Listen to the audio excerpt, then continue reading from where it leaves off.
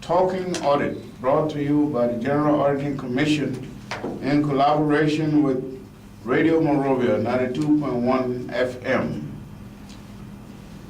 Today I'm joined in the studio by the Media Operation Director from GAC, Ms. Jacqueline Cheeks, our Senior Analyst, Mr. Clark, D. Edwin Clark, and our technician, Mr. Ron Campbell.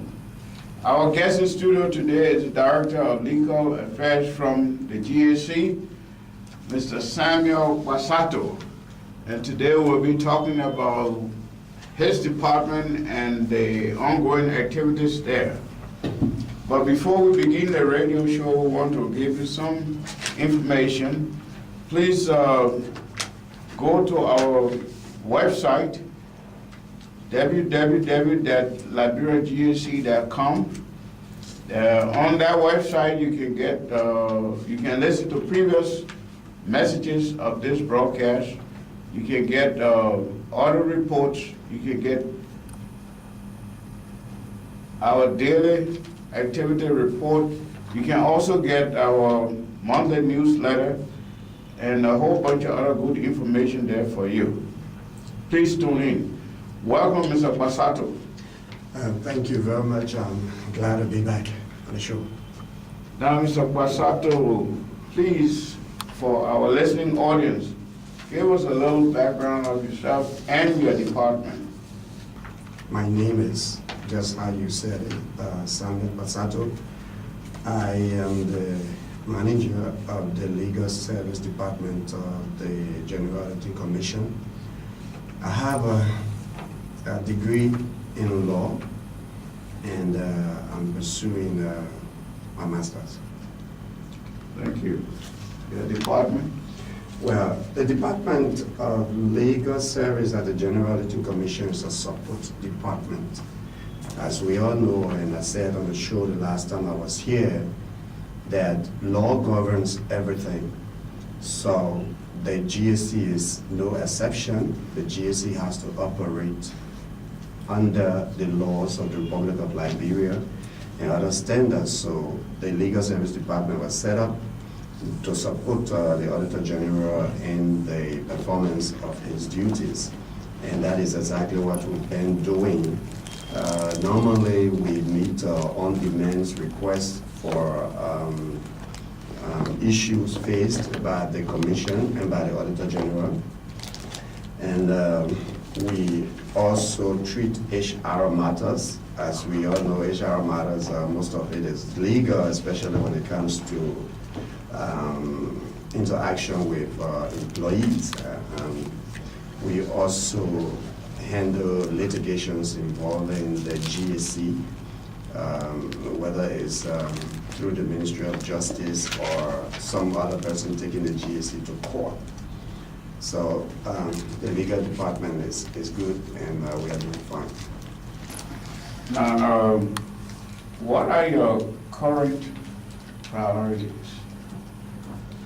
We have on hand some litigating matters to handle, but most importantly, we are currently using all our might and our brains to make sure that the current bill that is being crafted will pass through the legislature to give the GAC another level in its functions.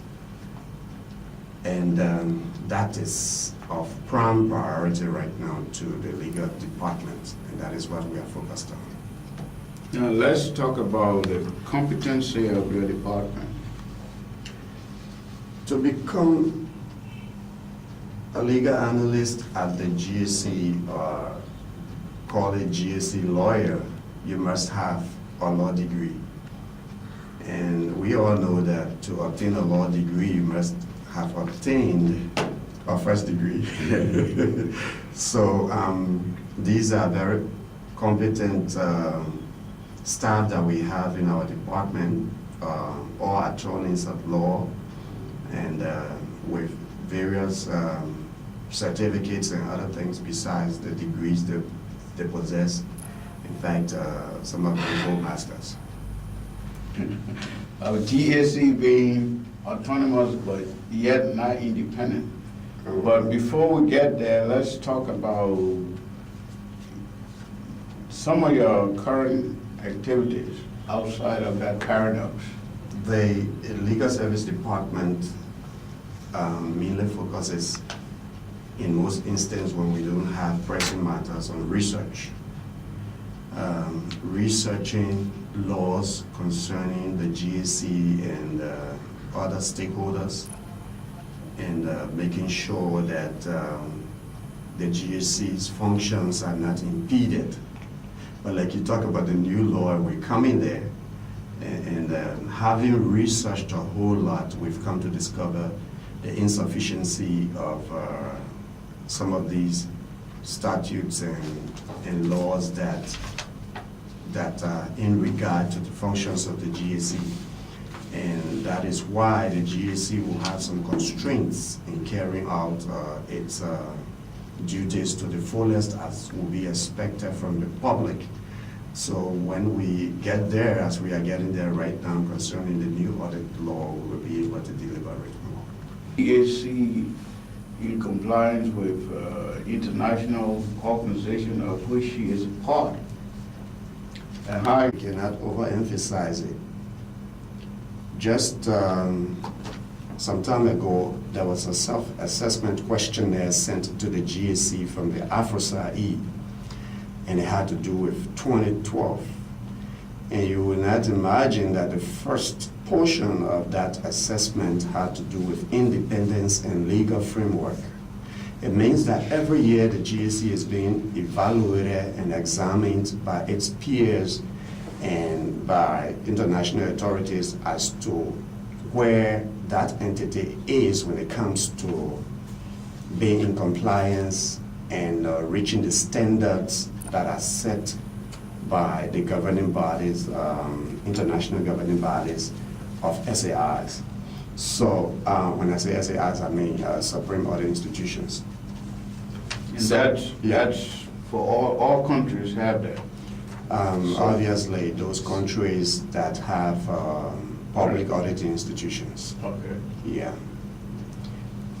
So it is important, like I said, because GAC has now reached certain level, and I don't think the Liberian people will appreciate for us to be below the standards of other countries when it comes to auditing. And come to think of it, accountability is very, very, very key when it comes to indicators of good governance. So our government has been doing well. In fact, not too long ago, I wrote a paper on corruption challenges and prospects in school now. And I kind of appraise the government when it comes to setting up institutions that will ensure accountability, that will combat misuse and abuse of public funds.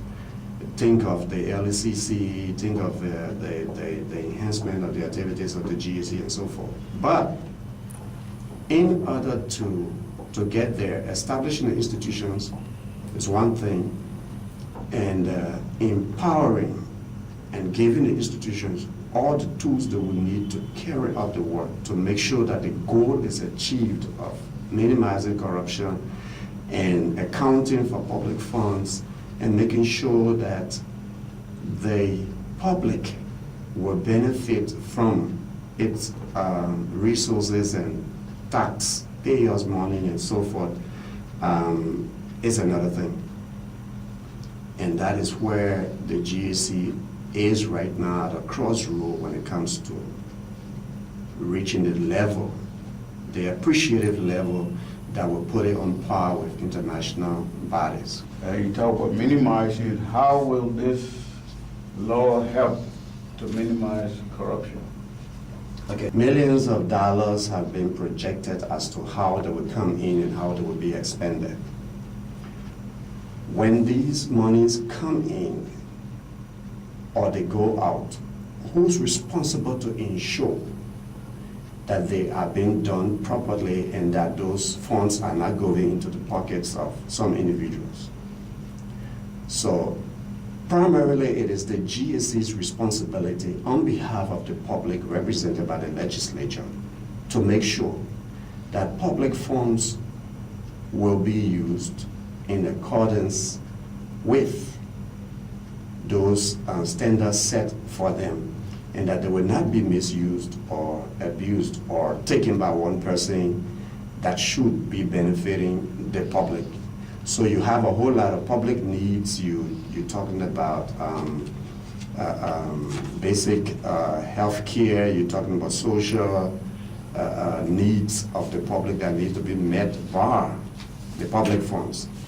So the GSC's responsibility is to make sure that those funds are not abused. But if the GSC is not empowered by law mainly to be able to do those things that it should be doing, remember we have 15 counties.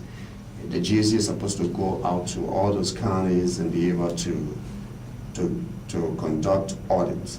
If the GSC is not empowered, who will do it? How will the public know how the funds are spent? I mean, you won't be able to tell because the only entity responsible to carry out that function is paralyzed. It's paralyzed legally because things that are done, every action of government institutions and entities, including the presidency, are determined by law. So that is why we are seeking after this legal framework. There's something there, but we're talking about the insufficiency of it.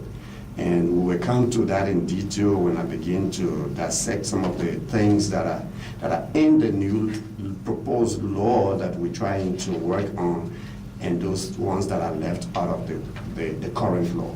Yeah, so we are happy that you're pursuing this legal channel.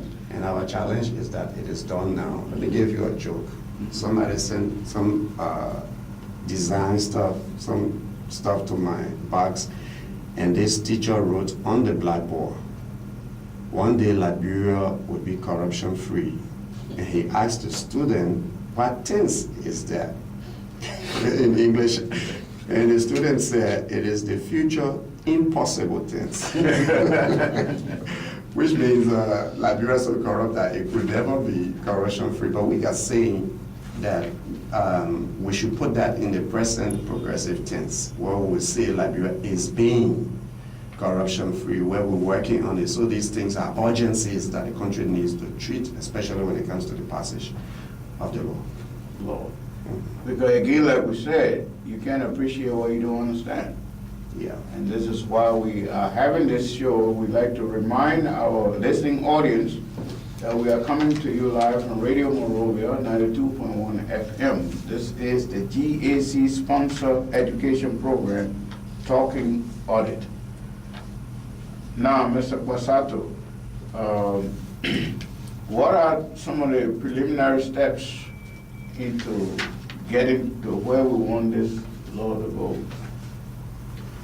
Well, the key thing that we've been doing for months, and if I could say maybe for years, would be the proper crafting of the law. Because after that, we're thinking about the structure for submission and then the sponsorship to the legislature. The primary preliminary work is to structure the bill in such a manner that you won't regret that you did not place in this or you did not clarify this. And most of our laws are, let me not say most, but some of our laws are ambiguous when it comes to interpretation. People interpret things unto themselves the way they feel, the understanding, and so forth. So providing clarity in this new bill is a challenge. And that is why we have gone from draft to draft. Currently, we are moving on to the 8th draft. The last time I was on the show, we were at the 6th draft. So we moved on to the 7th, and we're now moving on to the 8th. And why is it that we are going from draft to draft. We are trying to avoid ambiguity, we're providing clarity, we're doing consultations, we are accepting critics, we're accepting opinions from stakeholders, and you know the GSC does not stand alone in this thing.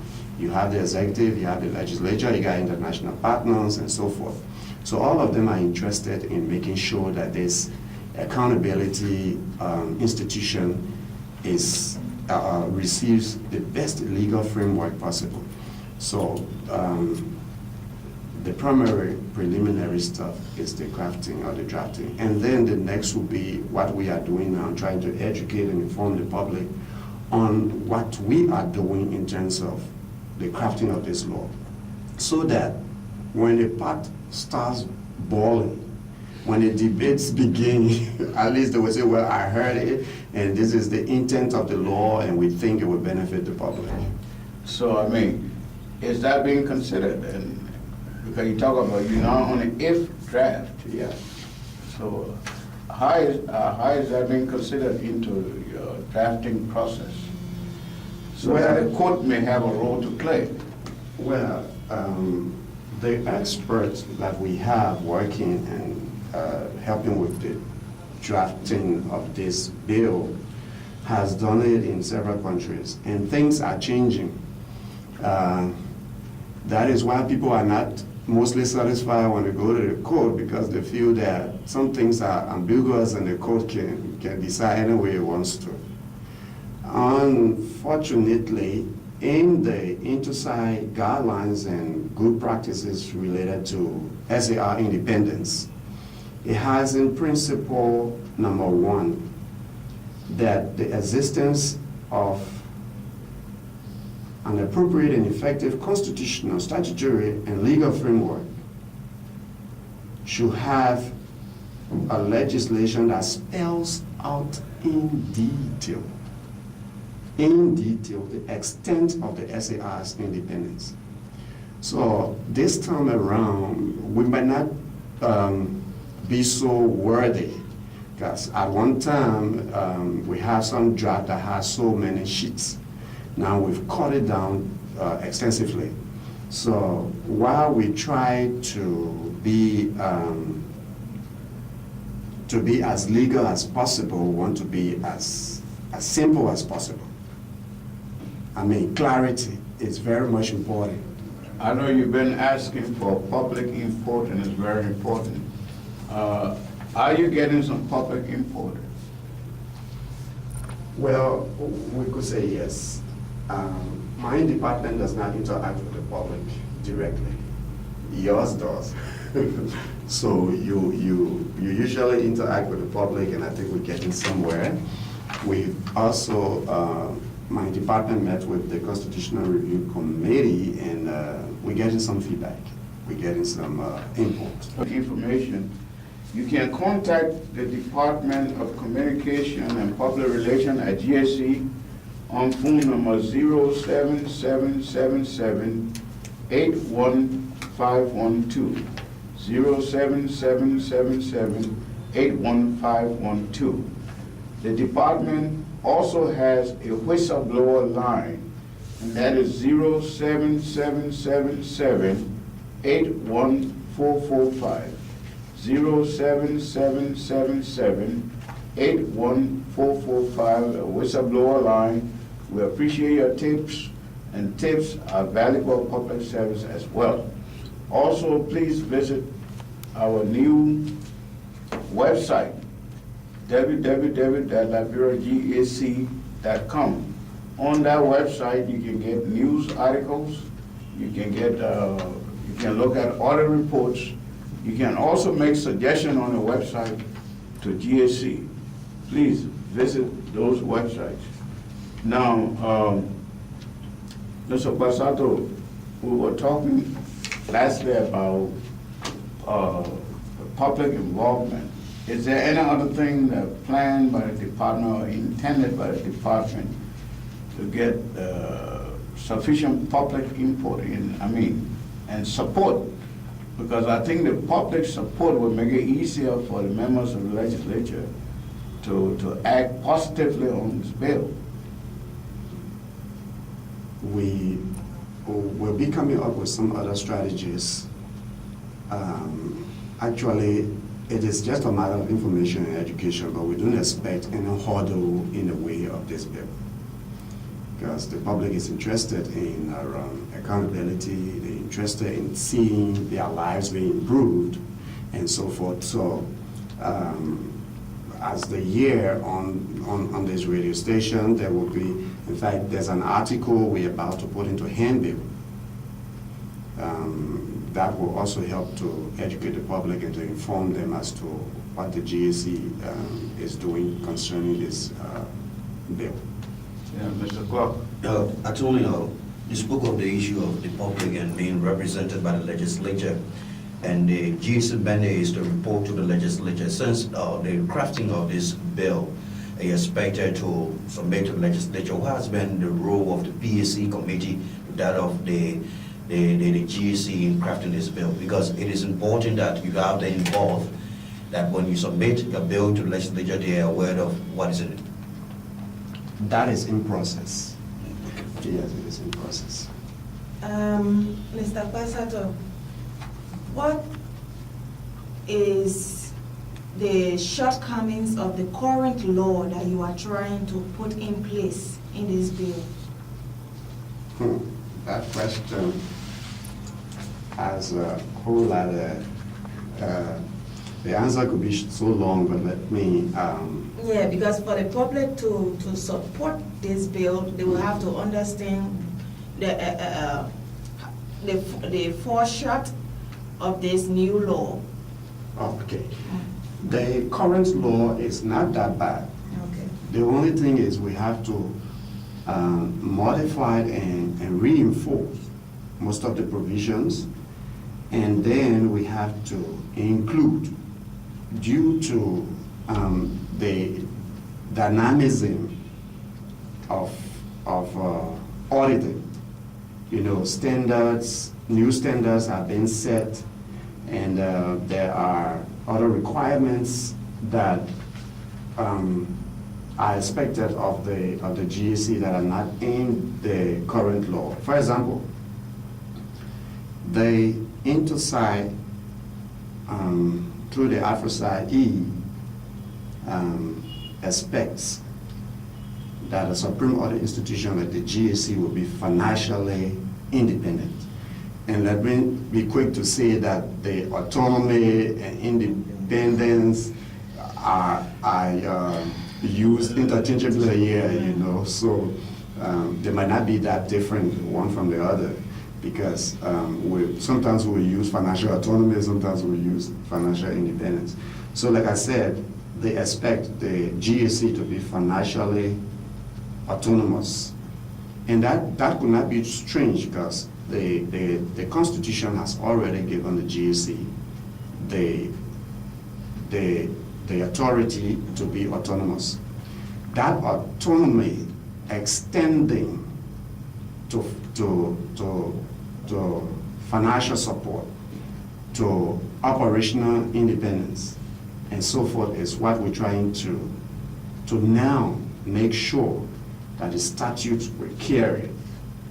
So, another thing that the current law does not handle is that the GAC should be a separate employer. It should not be with the civil service. Okay, Yeah. hold on to that point, Mr. Basato, as we take our break. We'll come back and deal with this situation of being autonomous but not independent. That's the key. Thank you.